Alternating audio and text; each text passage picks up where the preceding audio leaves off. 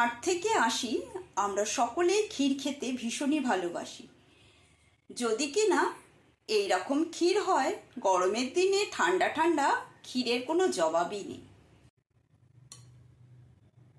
অনেক সময় বাড়িতে আমাদের মিষ্টি বেঁচে যায়, কিন্তু সেই মিষ্টিগুলো আমরা ফেলে দিই বা একে ওকে তাকে দিয়ে দিই।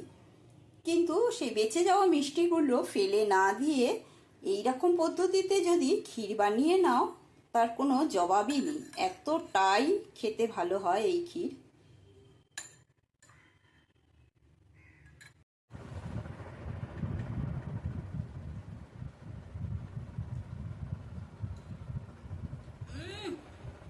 ফাটাফাটি হয়েছে।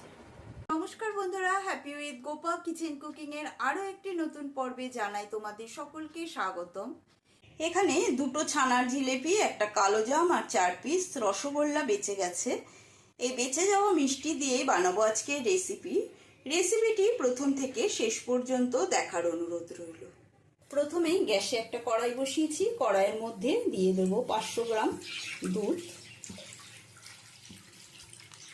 দুধটা ফুটতে শুরু করেছে।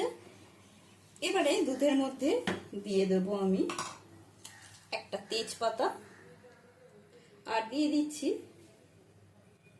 একটা ছোট এলাচ ফাটিয়ে নিয়েছি।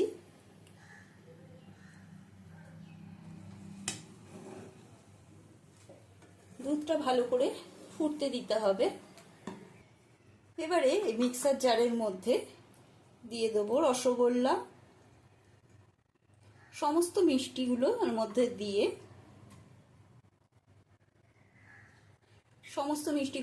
এগুলো পেস্ট করে নেব। সমস্ত বেঁচে যাওয়া মিষ্টিগুলো এরকম ভাবে পেস্ট বানিয়ে নিয়েছি। বেশি মিহি করিনি, একটু দানা দানা রয়েছে। দুধটা বেশ অনেকক্ষণ ধরে জাল দেওয়ার পরে দুধটা অনেকটাই ঘন হয়ে এসেছে। এবারে এই দুধের মধ্যে দিয়ে দেব পেস্ট করে নেওয়া মিষ্টিটা। সমস্ত মিষ্টিটা দিয়ে ভালো করে নেড়ে চেড়ে নেব। গ্যাসের স্টিমটা লো টু মিডিয়ামে রেখেছি। ফুটতে শুরু করেছে পেস্টটা দেওয়ার পরে, দেখো কতটা ঘন হয়ে গেছে। সমানে নেড়ে যেতে হবে। এবারে দিয়ে দেবো আমি এর মধ্যে চিনি। বেশি চিনি দেওয়ার প্রয়োজন নেই, যেহেতু মিষ্টি এমনিতেই মিষ্টি, সেই জন্য আমি এখানে 2 চামচ চিনি দিলাম। মিষ্টির পরিমাণটা তোমরা বুঝে ব্যবহার করবে। আর দিয়ে দিচ্ছি কিছুটা কিশমিশ। যদি ইউটিউব চ্যানেলে নতুন বন্ধু হয়ে থাকো তবে চ্যানেলটি সাবস্ক্রাইব করে নেওয়ার অনুরোধ রইল। পাশে থাকা বেল আইকনটা প্রেস করে দেবে, যাতে আমার রান্নার নিত্য নতুন নোটিফিকেশনগুলো সবার আগে তোমাদের মোবাইলে পৌঁছে যায়। আর যদি ফেসবুক থেকে দেখে থাকো তবে পেজটি ফলো করার অনুরোধ রইল। এবারে দিয়ে দেবো কিছুটা রোস্টেড কাজু বাদামের গুঁড়ো। তোমরা নর্মাল কাজু বাদামের গুঁড়ো ব্যবহার করতে পারো। আমার কাছে যেহেতু রোস্টেড কাজু বাদামটা রয়েছে, সেই জন্য আমি এর মধ্যে রোস্টেড কাজু বাদামের গুঁড়ো ব্যবহার করলাম। এটা গরমকালে ফ্রিজে রেখে ঠান্ডা ঠান্ডা পরিবেশন করবে, ভীষণই ভালো লাগে খেতে। অনেকটাই ঘন হয়ে এসেছে। এবারে এর উপরে আমি দিয়ে দেবো এলাচের গুঁড়ো। ছোট এলাচ গুঁড়ো করে নিয়েছি, ছোট এলাচের গুঁড়োটা দিয়ে দিলাম। দেখো নাড়তে নাড়তে পুরো ঘন হয়ে গেছে। এরকম অবস্থাতেই নামিয়ে নিতে হবে। এর থেকে বেশি ঘন করলে খেতে বেশি ভালো লাগবে না। পুরো ক্ষীরের মতন যখন দেখবে হয়ে এসেছে, তখনই আমি এটা নামিয়ে নেব। উপর থেকে তেজপাতাটা তুলে নিচ্ছি। এবারে একটা পাত্রের মধ্যে ঢেলে নিচ্ছি।